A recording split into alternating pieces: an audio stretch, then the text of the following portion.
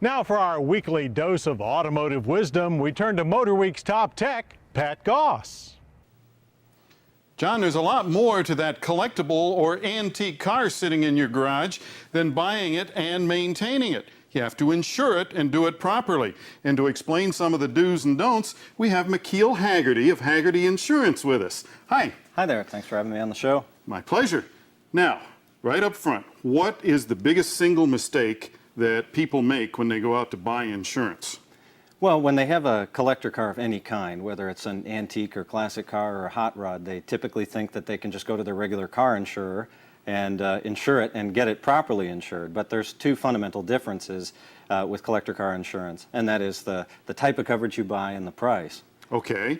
Type of coverage, what's the difference? Okay, well, you know the old story when you buy a new car and you drive it out of the dealership and it gets totaled, you won't get the full replacement cost back that you just bought it for.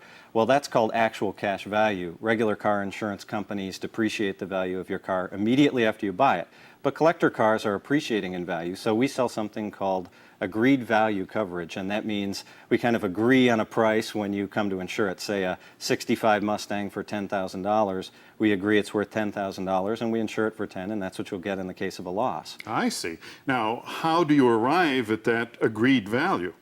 Well, we use a number of sources. Of course, being as large as we are in the collector car insurance market, we have a lot of data ourselves, but there are a number of very, very good value guides out there that we use, and we also use appraisals in many cases. I see. And that appraisal can't be something from the corner garage, No, it's helpful to have a real expert, somebody with some credentials and uses some comparable autos and some good experience to give us that price. Okay, now you mentioned price. Yes. Well, again, the 65 Mustang example.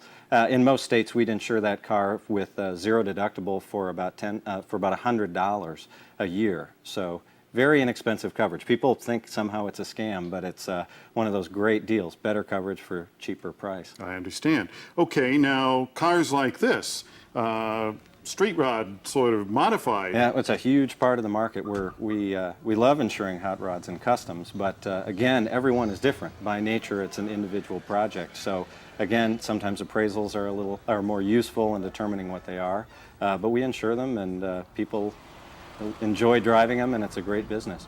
Okay. Now, are there other things, if you had to give the viewers one particular bit of advice as far as insuring their collectible car, what would that be? Well, if they're restoring a car, if they're building a hot rod or custom, and that is keep track of the project, tell us what you've put into it.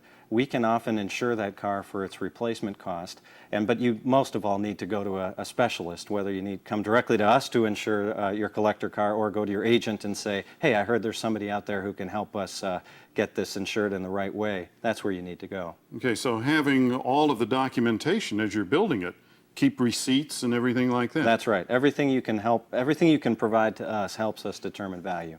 So start a folder and keep all the documentation so you can establish a value, right? That's right. McKeel, thank you very much for being with us.